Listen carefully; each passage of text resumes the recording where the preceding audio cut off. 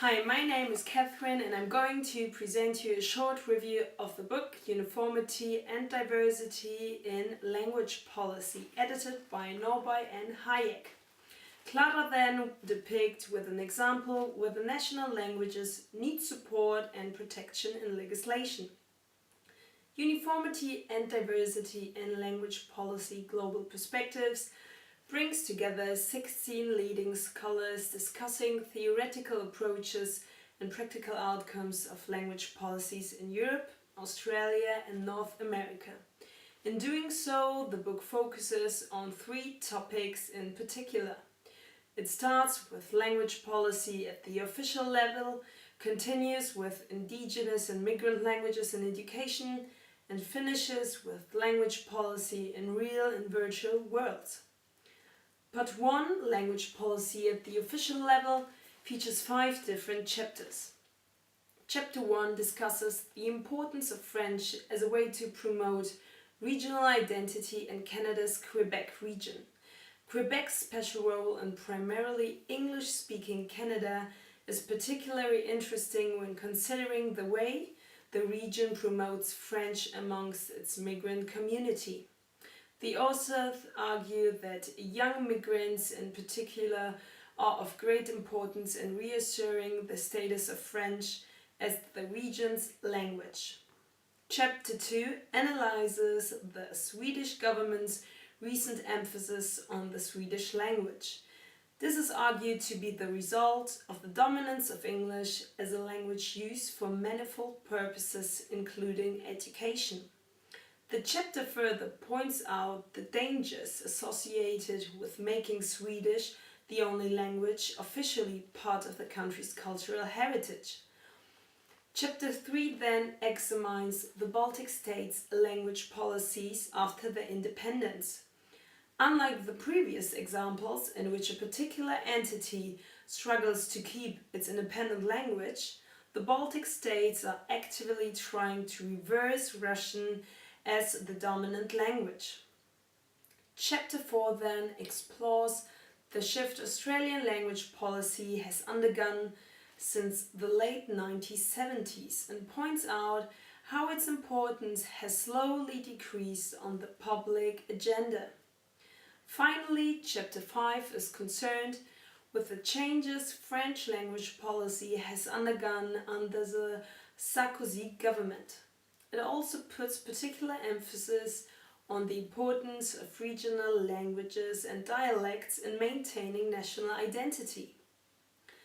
In Part 2, Language Policy in Practice, Indigenous and Migrant Languages in Education, the book analyzes the practical implications of language policy. In doing so, it puts particular emphasis on the relationship between majority and minority languages. Chapter 6 discusses the extent to which Breton is suppressed as an official language. Chapter 7 then continues with comparing the relationship between Spanish and official majority languages such as Catalan. Chapter 8 attempts at explaining the complex linguistic situation in today's USA, particularly when it comes to Spanish as one of the biggest minority languages. Chapter 9 comments on the difficulties Indigenous Australian children encounter in terms of their English language proficiency, whereas Chapter 10 is concerned with Asian languages spoken in Australia. The last part is Part 3 of the book, Language Policy in Real and Virtual Worlds, is concerned with the realities of language policy beyond the immediate control of the state. Chapter 11 starts with debating the changes in Australian citizens' attitude towards language proficiency in terms of language test and citizenship.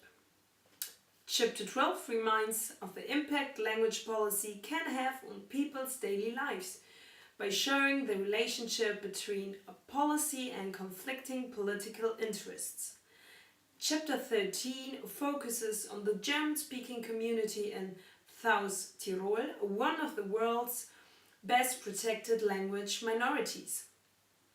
Chapter 14 then investigates language policy on the internet with a particular focus on German internet forums and the extent to which the use of language can be monitored in this context.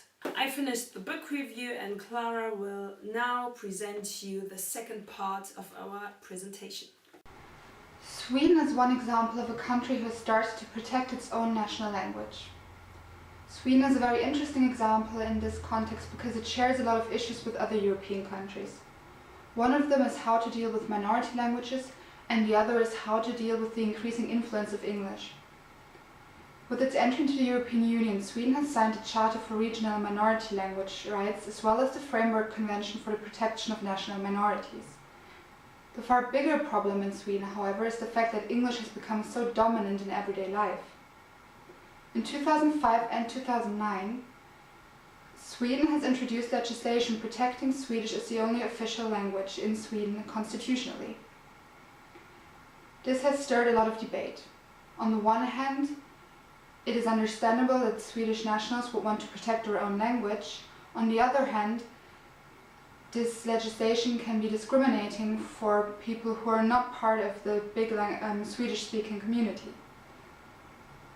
As such, the language introduced might be very helpful in order to protect the language. However, in terms of its political correctness, it is very debatable.